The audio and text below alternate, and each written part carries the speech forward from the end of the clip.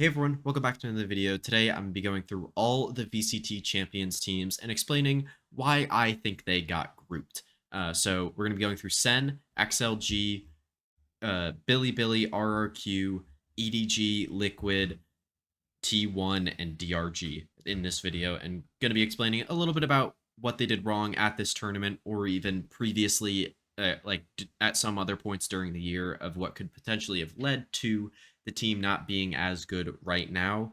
And I think there's some really interesting ones. I think a lot of people are going to be interested in what I have to say about Sentinels because that's a really fun team to talk about in terms of like whether it be roster changes or like how they actually play the game. Like between those two things, there's a lot of different things to talk about with a lot of these teams as well. So if you guys enjoy this video, make sure to leave a like and subscribe. It really helps me out. Also, go check out my Twitter, Twitch, Discord, and TikTok. Yes, links are all in the description there. As the offseason starts ramping up, I'm going to be posting more TikToks and YouTube shorts and stuff like that, kind of talking about the news as it happens, as well as on my Twitter doing the same thing on there. So if you're interested in that, you can go check those out. I'll also discuss some stuff with you guys on Discord as well if you join that. All that kind of stuff, all the notifications for everything that I have go live on those kind of things as well as YouTube. So you can go check those out, as well as my rebuild series, which will be my next video after this one. We will be starting it off with EG and heading on to some EMEA team, then Pacific, then back to Americas, and we'll do a cycle like that kind of thing. So if you guys are interested in those, make sure to turn on notifications and stay tuned for that. And yeah, let's get right into it. I would like to open with Sentinels because I do think they are the most interesting team, and they were the first team eliminated in Group Alpha, or in Group A. Yeah, Group A. It's Alpha and Omega when it's two groups, but it's A, B, C, and D when it's four. Okay, gotta remember that. But yeah, Sentinels, I think, is the most interesting team to talk about, not because it's Sentinels, but because of what, like, their result actually means for their team. I think, honestly, in this tournament, you could argue that everything that could go wrong for this team went wrong. And that's not to say they were unlucky, because I think a lot of these issues are self-inflicted. This team just never has an ability, or has ability to like adapt in the middle of a map ever. If something goes wrong for them, they start playing poorly in a specific area, they're cooked. It's over. Like they just can't do anything. They're really good at two maps, obviously. I think that also was something that caught up to them, their map pool, where they're really good at Corrode, really good at Lotus, and that's about it. If they don't win on one of those maps, they get 2-0'd. If they win on one of those maps, generally against better teams, against these international level teams that can get to these tournaments, you're not going to win the other two maps. And that's kind of what happened to them. I also think like mid map when they're playing against something that they haven't seen before, or sometimes it just doesn't look like they come into games well prepped. Like Giants on Haven, they did not seem to know how to play against the oldest comp in the book on that map, the Breach Neon, Sova, like all that stuff. It didn't seem like they knew what they were doing against that, as well as even how to play their own comp. Like this Haven game against Giants was like, if you want to watch one map that signifies what like Sen looked like at this tournament, what their issues were, it was this one perfectly. Because they were playing their like Viper, Killjoy, Omen, Neon, Sova comp, like the Gen G stuff.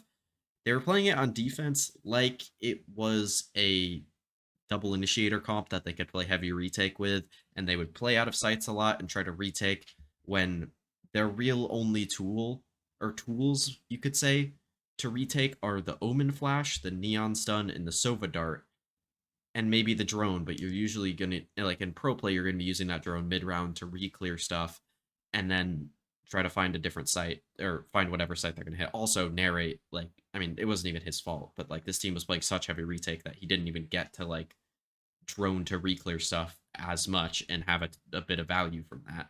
That was also an issue. But like they were playing this all for heavy retake. Oh, you also have the neon stun. That was the other thing. But they were also using that to take early map control a lot in certain places.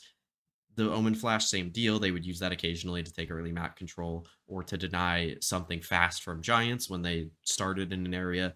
and they would get the Omen Flash baited out, and then Sen would just play retake and have no idea what to do. So this map was really frustrating. They just can't adapt their style. Like even I mean when they play these like double controller comps on other maps and play super heavy retake, it's fine. But like those maps are different than Haven, um, which was an issue. And Sunset, they're just not good at obviously against Giants, and then against XLG, um, they lost to the triple Senti comp on Lotus. No adaptation for the Raga Seawall that he was throwing every round in every game that they've played when they played that regionally. Their Abyss looked okay as well. I would say that's another map that you could say that they're at least decent. And then they also lost on Haven again with some similar issues, but I do think they played better in that game, to be fair. But they kind of just lost all the first kill battles, and that was pretty much it in that game. Overall, with this team, in terms of their future outlook, which is something that I do want to touch on, at least for all of the Americas, EMEA, and Pacific teams, I have no idea what to do with this roster. I'm not going to lie. Because you have 3 players whose contracts are up in Zekin, John, and Zelsis. I think 2 of those are extremely important to your team, being Zekin and John Cutie. But if one of them, like, I mean, a lot of people are talking about John moving to EMEA. I actually think that's less likely that he leaves Sen than Zekin does. I think Zekin could go look for a different opportunity elsewhere, maybe with like 100 Thieves with when they're rebuilding, NRG who might lose some players in the offseason here. Uh Hell C9 who might have a slot open up on their team. Hell G2 who have some expiring contracts in there. Like he has some options in NA overall, but it would just have to depend where he goes, or what options he actually has and what other teams would actually have a slot for him uh, in their team. He could leave. Zelsis' contract is up, who I think he's the most likely to leave. They're going to want Redux to come in here. A lot of people want Bang cut. I highly disagree with that. He didn't have his best tournament, but that's 2 games, and he's been the best controller in Americas all year. So I think you could realistically argue that he, like since you don't want to cut the best player in a certain role in your region, that just doesn't make sense. Because realistically, you're not going to pick up a player who plays better than Bang did this year for Sentinels. But I mean, it is possible. He was kind of a supportive smokes player a little bit more rather than that like playmaker like a tens or something like that, or like you could even say like Vic in Americas was a bit more of a playmaker. Valen occasionally, King, like players like that, I think are a bit more playmakers than him. And then Nere, I think, was heating up towards the end of the season. He is a little inconsistent though, and I think you could realistically say we're gonna move on from him. Maybe move Zekin to the scan initiator, which he used to play, and bring in Redux on that duelist. I think all those options are pretty feasible for Sen. It just depends on what they feel like they need to do and like what they want to do. Like if they're okay with moving Zekin from duelist to initiator, then they can do that. They can like if Zekin wants to leave, that kind of fucks up all their plans as well. Like there's a ton of different things that could happen with this team in the offseason, and it's going to be very interesting to watch. Then next up, we have the team that Sentinels lost to XLG. And the biggest thing for XLG on why this team got grouped, and hell, even why this team didn't do that well in China playoffs, and it's their map vetoes. This team just doesn't know what they're good at. They so the issue that I have with them is they come from China, which is, in my opinion, the region that is by far the worst on bind. Like, if you take all the Chinese teams, at least that made it to champions, and you compare their binds against literally any other region, it's not even close. And they decided that they were going to pick bind against the best bind team in the world in PaperX instead of playing Haven, which PaperX isn't that great at. And like, yeah, I don't know. Letting I wait, did they play Sunset regionally? I don't remember. I don't remember what their permanent ban was previously. It was they banned a lot of Ascent, I guess, which did they let through in this tournament? Yeah, they did. They let it through against PaperX as the last map, but I think they played it one time maybe regionally and were like not terrible at it. But like I don't know. This team should have just played Haven. They were really good at it in the group stage of China. Like the XLG in China groups on Haven was one of the better Haven teams that I watched leading up to Champions. And they just don't play it other than against Sentinels.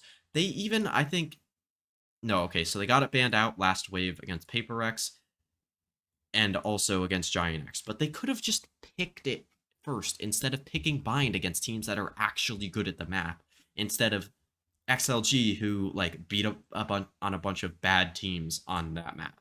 It just doesn't make any sense to me. They even changed their comp against Paper X, I believe, to the Raze, and then they switched it back to the Waylay against Giants, like that was gonna work. I don't know. They also picked Abyss, which they weren't particularly good at against Sentinels. I just feel like that was all kind of weird to me. Um, and yeah, I don't know. And oh, this is not what I meant to press. I don't even know if I'm going to show this, but I accidentally clicked on the betting thing on VLR, which is odd. But yeah, continuing my point. Like, the only team they actually decided to play Haven against was Sen, and the only team they didn't pick Bind against was Sen, who, the Haven, yeah, they didn't pick it against Sen, even though Sen is shit at that map, which, I mean, that just seems like a pretty easy pick.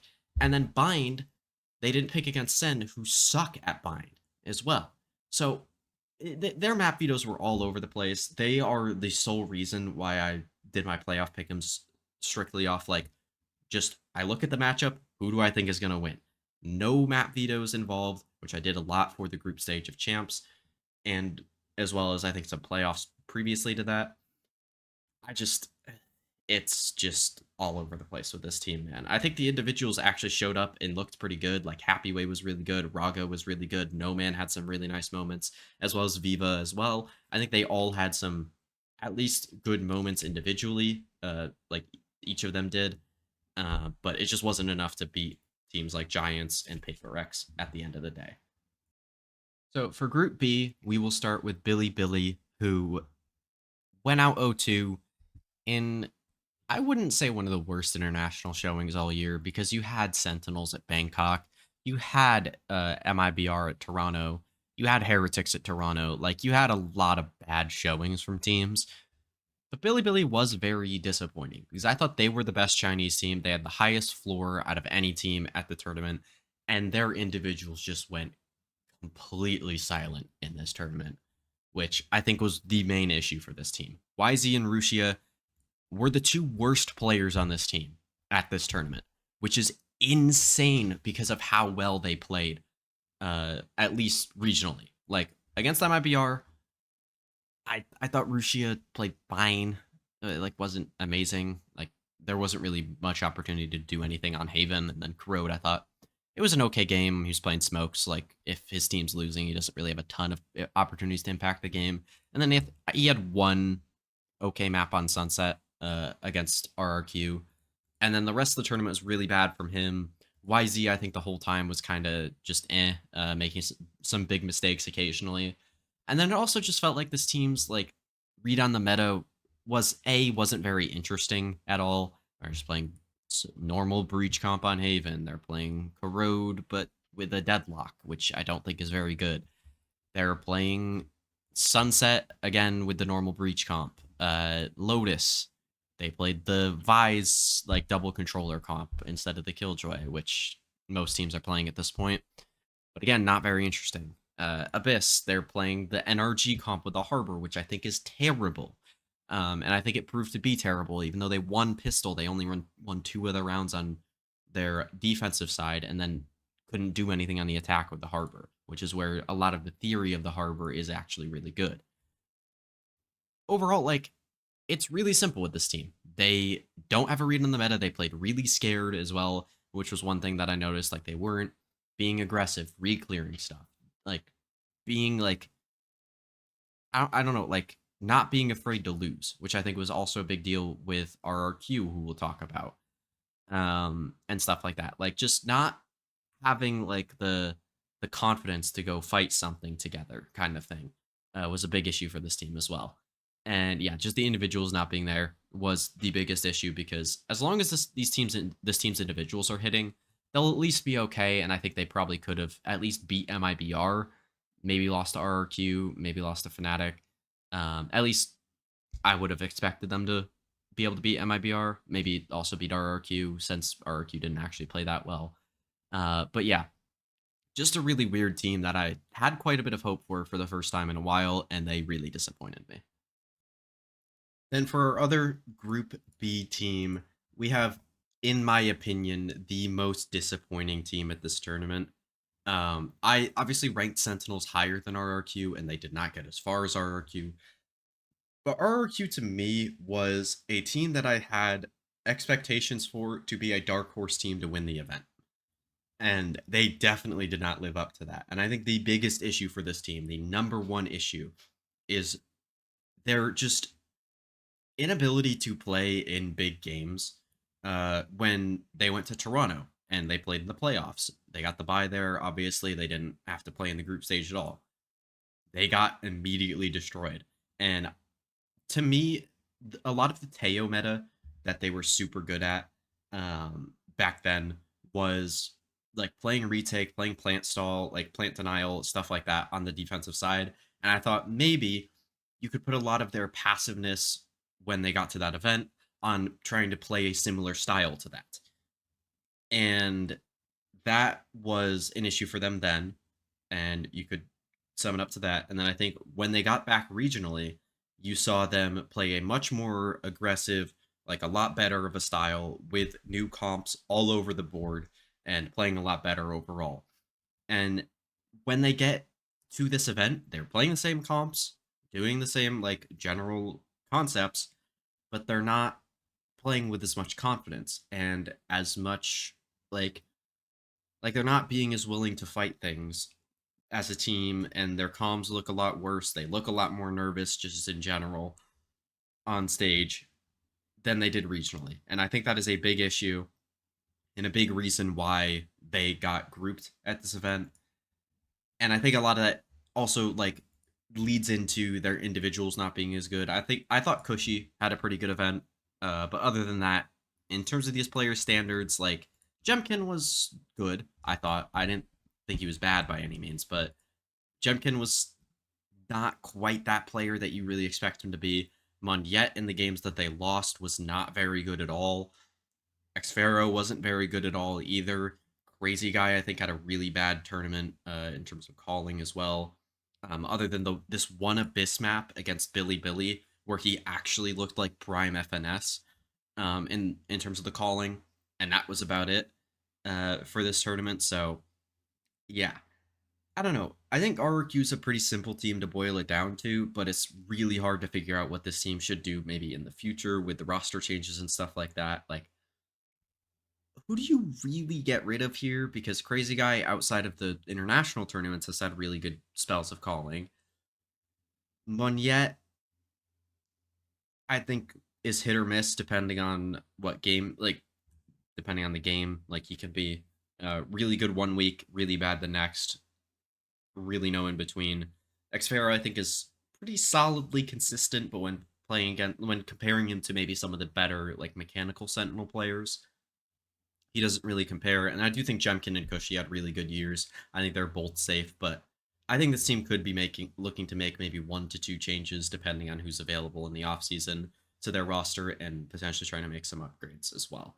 They're just, I don't know, they're so disappointing because I really wanted to watch this team play the Yoru Waylay, the Neon Waylay stuff that they're really, really good at playing regionally, but just didn't show up internationally. And that's pretty simple. It's as simple as that, really. And now onto Group C, where we'll start with EDG. And I think this is one of the more complicated conversations that you have to have because, in terms of comparing this team to what they were in stage 2, it's not really surprising that they got grouped by these two teams. Like, what you watch from them, outside of maybe a few like details of their game, like their ult usage, which was a big deal, especially on their final maps against NRG and Liquid. Um, like both the timing of the ults, like when they use them and how they use them in certain rounds, like the plans that they're making around the ults, just aren't good at all. If you're really interested in like specific rounds and stuff like that, I know Immy has made some TikToks and maybe some tweets as well about it, so you can go check those out. But like, there was one on Corrode against NRG. I think it was the last round of the game against Liquid, potentially, or I think they were up. What was the score?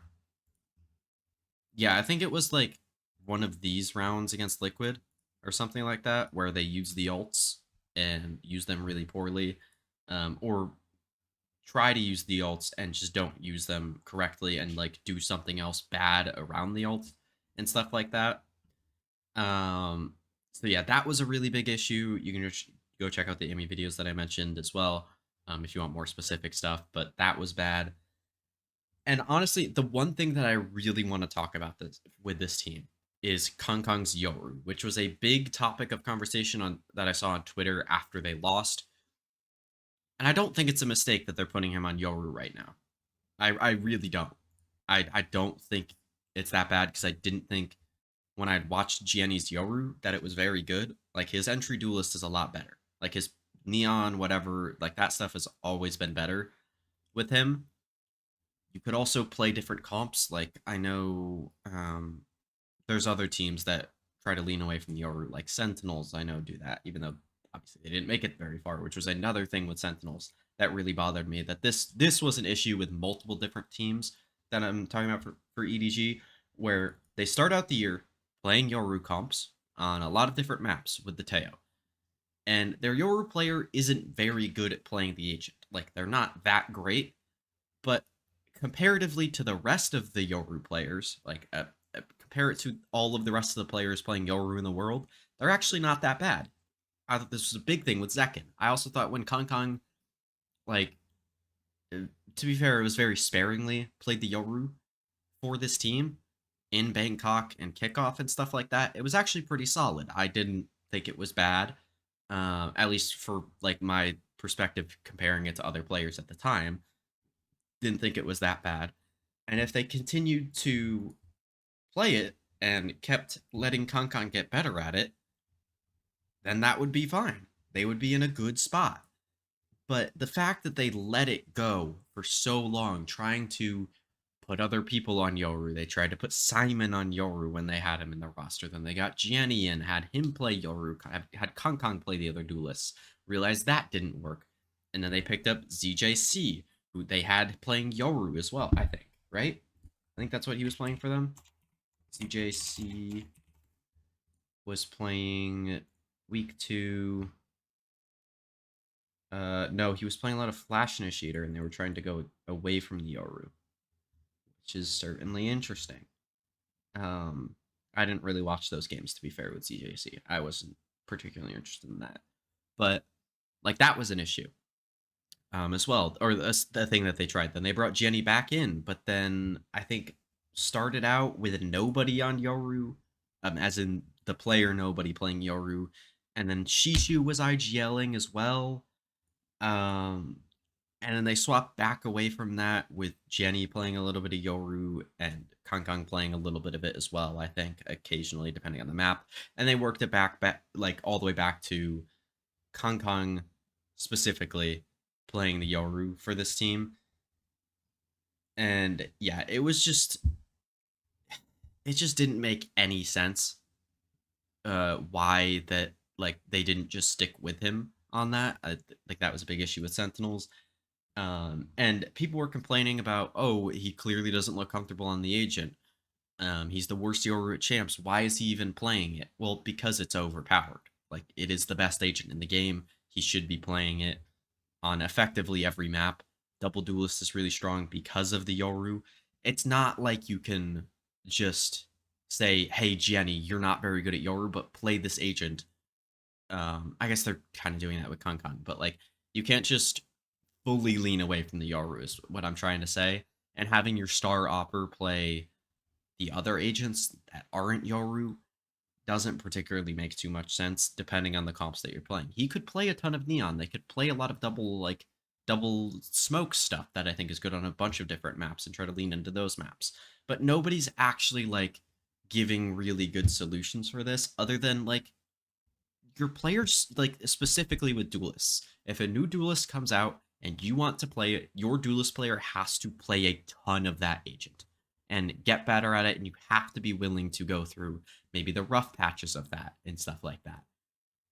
And EDG, Sentinels, I think there were some other teams as well throughout the year, just weren't willing to do that. And I just highly disagree with that.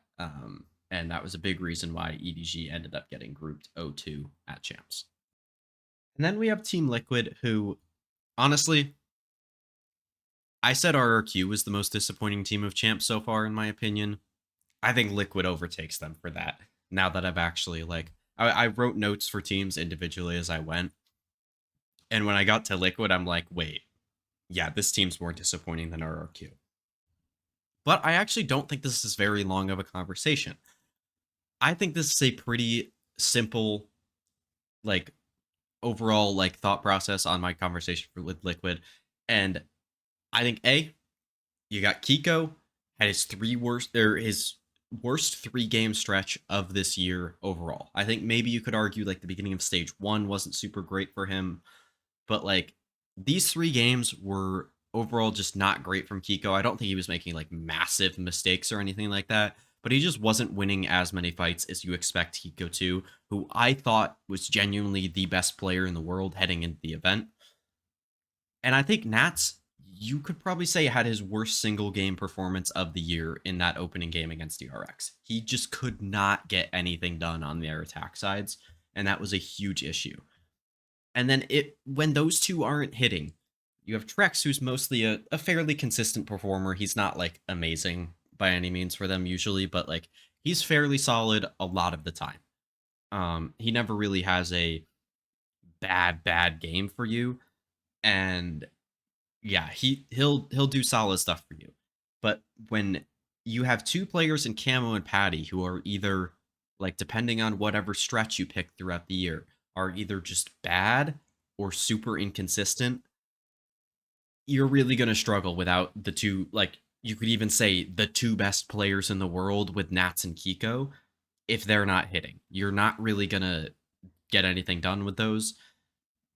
And yeah, I think this team overall throughout the season has had spots where they've been fairly inconsistent. You could say the beginning of kickoff. You could say, I think it was the end of stage 1 where they looked pretty poor, and then heading into state or into Toronto when they kind of had to play with a sub. I don't really count that. And actually, it was, you could say, the whole group stage or just the whole of stage 1. Honestly, they were super inconsistent, and then stage 2, I think the beginning of the stage was a little rough for them, but then they kind of figured it out towards the end. And overall, they would have like random bad maps here and there, which were which were kind of weird, and then they kind of pick it up throughout the rest of the series. And yeah, there's just, I mean, they just didn't have enough to get it done in this. Like their meta read wasn't particularly great when they would play Corrode. Like they never had a good idea on that before, and then now their idea was to play Nats on Waylay. I don't know, man. This team did some random ass shit. I honestly, like, I looked through the games to do my notes to like remind myself of what happened. That was a thing that I just like, I didn't like go map by map in some of the games. This was one that I didn't go map by map on, and I just totally forgot that that happened. But thank God I wiped my memory of that. But like, Jesus, man, why would they ever do that? It just makes no sense. You have Trex, who's a former duelist player. You have Kiko, who's a former duelist player, who plays a ton of duelists for this team. Why not just make one of them or Camo play Waylay and then the other one play the Neon? Like, it just doesn't make any sense why you'd put your IGL Sentinel player on Waylay. But it's whatever. Like, I said this team is simple, and I spent like another extra like minute and a half talking about them because they're just so frustrating with how they are throughout the year. I think this team needs to make some roster changes. You can specifically look at these two guys, Patty and Camo. I don't know if I'm ever actually going to show the VLR in this, but I'm hovering my mouse over Patty and Camo. I think you could say either one or both of them are gone. I would specifically lean towards Camo. Patty at least has some good supportive utility and is a good flexible player in terms of that, but like the individual skill just isn't there. And I think if you get, I mean, there's so many different players, specifically like in Camo's role in terms of a duelist in EMEA that you can go find. like comeback would be amazing for this team, and I think is actually fairly likely. Um, I think Kicks is out of a contract with Vitality, and from what we've seen, like that's a possibility. Just I'm just taking even just guys in EMEA that were playing in VCT EMEA last year. Um, I mean Kamek, I guess that wouldn't work because he was on this team before and wasn't very good. Or and got cut, and they said some stuff about like issues in terms of uh what's it called? Oh my god, I can't think. Like like team chemistry issues and like vibes and stuff like that with Kamek in there. I think you could really argue that that wouldn't work, but like there's other options as well. Like I mean, Magnum played a lot of initiator for BBL. You could get Yampi in here back with Liquid. You could see if you could get Avez away from Carmine Core. There's a bunch of other options as well in tier two for Liquid that they could probably go pick up, but yeah, just a team that is a pretty simple conversation, but is also extremely frustrating. And then DRG, the team that I'm going to spend the least amount of time on because it's honestly not even that interesting talking about them. I think there are two issues at this tournament. We're having a sub, especially one that doesn't speak Chinese. That's an obvious one. And especially when that sub is subbing in for your best player, it's just not great. Even though Demon One, I think, did play well individually, it's just kind of gonna be hard to be good, at least at an international level, with a sub like that. But if you're talking about just the team at this event and you want to give a reason for this team not being able to at least win a game at champs, and it's just their inability to close out maps in this tournament. They were up 8 or 11-8 on Lotus versus T1. They lost that map. They were up 6-2 on Lotus versus G2. They lost that. They had a few map points versus T1 on Sunset, as well as 6-6 half on Attack Abyss, then only winning one round in that second half against G2, I believe that was. Yeah, like it's just not great. Like when you're losing leads like this, like obviously they did have talent on the team and they were able to show that. I think Spirit had a really good tournament. Akaman showed some nice stuff here and there. Demon One was obviously really good, as I mentioned, or not really good, but Demon One was good, as I mentioned. Um, and yeah, like it probably doesn't help that they play some wild comps here and there. Like the Yoru Waylay was a little weird on Abyss. Not something I expected, but did seem to be fairly common actually throughout a few different teams. The Yoru Waylay on Lotus, which they swapped to from the Yoru Neon, and they were also playing the Solo Breach on that map. Like they play some weird stuff here and there, um, and that could kind of lead to that as well in terms of like maybe not having enough ideas in a deep enough playbook to get through that. But yeah, that's really it for DRG. I don't really have too many thoughts because this was never a team that was expected to go deep anyway. And now we have T1 as our final Group D team. Honestly, this one's also pretty simple. Once you saw Heretics be as good as they were, I don't really have too much to say about how this team played because I don't think that they were that bad during this. Obviously, it is kind of rough to have a player like Stax, who's your IGL, performing as badly as he did individually. That's just not great overall. But like once Heretics showed to be as good as they were, I knew they weren't going to beat G2 and they lost to Heretics. So like it was just kind of cooked at that point. You also had a kind of a rough tournament from Buzz. Meteor had some struggles as well. I thought Izu was good. DH was fine as a smokes player, especially as a player that was new to the LAN environment, or at least the international environment. I thought he was solid. So like, there's a lot of I'm sure there's a lot of people that talk about T1 in a super negative light, but I think if you put them in a different group, like maybe swap them and DRX, I think they make it out of that group. If you swap them and hold on, let me actually pull the groups up on my second monitor real quick. If you swap them with I don't want to say Paper X because that's pretty obvious, but like swap them with Giants, I think they make it out of that group. If you swap them with MIBR, you could say they make it out of that group if they beat RRQ. Like I think that's possible. I'm just trying to think of like like the lower bracket teams that made it, because I don't think they're gonna win Group A. I think Paper X would beat them if they were in, say they were in place of Giants. I don't think that they would win Group B. I don't think they'd beat Fnatic. I don't think they would win Group C, which I think was possible because DRX did show that they could have beaten NRG, and I think T1's probably around a similar level to them, just had a extremely difficult group with Heretics and G2. So yeah, they were in a bit of a rough spot. I thought they showed some nice stuff. I think this team will probably make some kind of roster change heading into 2026, but I wouldn't really expect it to be like massive sweeping changes overall because I do think this roster at least showed some nice stuff when they replaced Sylvan with DH, and I would like to see them potentially keep growing together. And I think realistically, are you getting a much better player than Isu? Are you getting a much better player than Meteor? Are you getting a much better player than Buzz? Are you getting a much better player than DH? Like, it really depends on what the other Korean teams do and kind of what happens in the offseason and stuff like that. Maybe what talent there is in Korean tier 2. That's also a bit of a question. So yeah, there's a bunch of different questions with this team. I think they could come in next year with a new look and looking a lot better though, and be in a lot better of a spot as well. So they were my final team. Let me know what you guys think of this video in the comments below, and if I maybe should do this for future international tournaments, maybe do a kind of, I don't know, like what videos you would be interested in seeing for the offseason outside of just my rebuild series, because I would like to do some other stuff.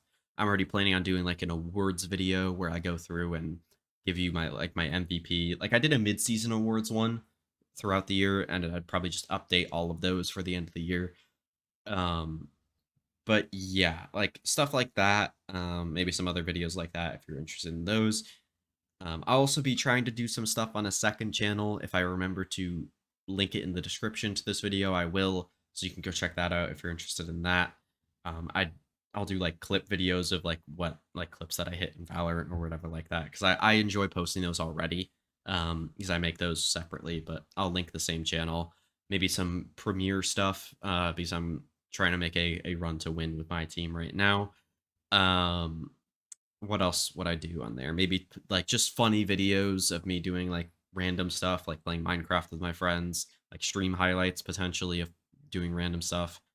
And then I had one other idea of like potential like comp analysis and like how to play a certain comp on a certain map depending. I used to do those on a different channel. I've kind of I kind of got bored of that a little bit, but maybe I'll rekindle my passion for that in the off season. We'll just have to wait and see. But if you guys enjoyed, make sure to leave a like and subscribe. Really helps me out. And I'll see you guys in the next one. Peace.